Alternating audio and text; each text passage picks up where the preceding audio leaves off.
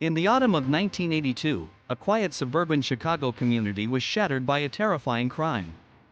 7 people, strangers to one another, died suddenly after taking extra-strength Tylenol capsules. The cause was cyanide poisoning, concealed inside a trusted household medicine. A nationwide panic followed, and a man named James Lewis was arrested, convicted not for murder, but for extortion. Yet the true killer has never been found. Tonight, we uncover the final interview with James Lewis, a man who claimed innocence until his death, and explore the chilling facts behind one of America's most baffling unsolved crimes.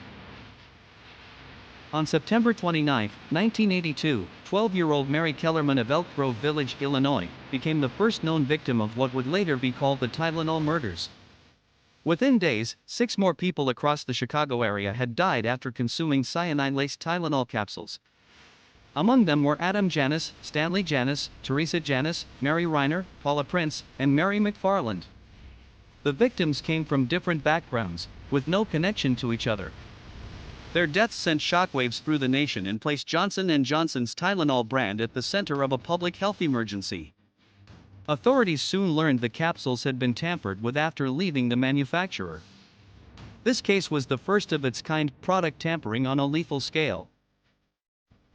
Investigators raced against time. Police canvassed neighborhoods, collected bottles from store shelves, and tested thousands of capsules.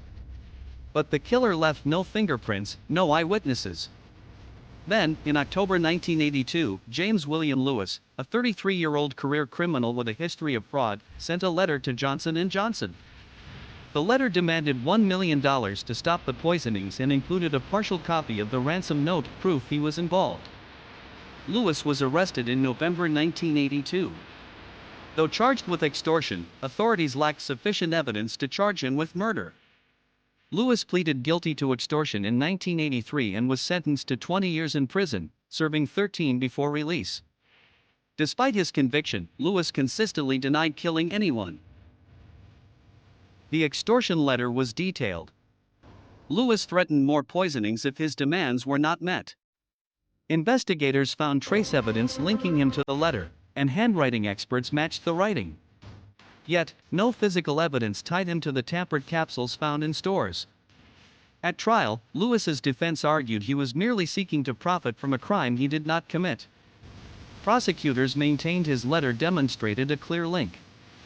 Lewis was convicted and sentenced, but the murders themselves remained officially unsolved. In 2008, Lewis gave his last known interview to law enforcement. He spoke at length about the case, denying he had ever poisoned capsules, but admitting knowledge of the poisonings. He suggested the killer had purchased bottles of Tylenol, tampered with them, and returned them to shelves. Lewis claimed he only sent the extortion letter to profit from the tragedy. His detailed knowledge of the crime raised questions. Was he telling the truth, or covering up involvement? Since 1982, forensic science has advanced. Authorities revisited the case using modern methods, including DNA analysis and trace chemical testing. Despite these efforts, no new charges have been brought. Some experts believe the killer was never caught, while others suggest Lewis was involved but never charged with murder due to lack of evidence. The FBI and Chicago police continue to classify the case as open.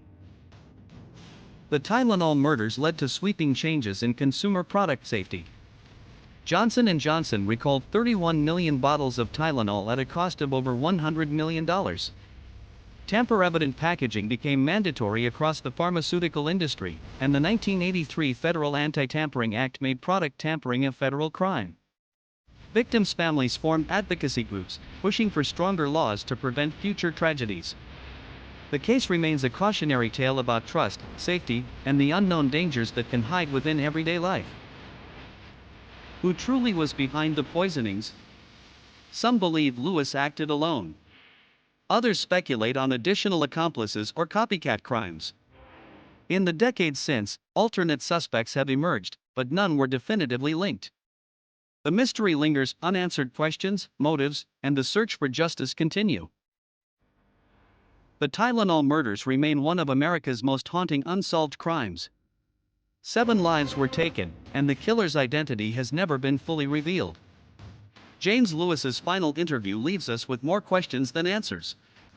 But the lessons of this tragedy about vigilance, safety, and the fragile nature of trust endure. If you want to learn more about this case and others like it, subscribe and join the conversation.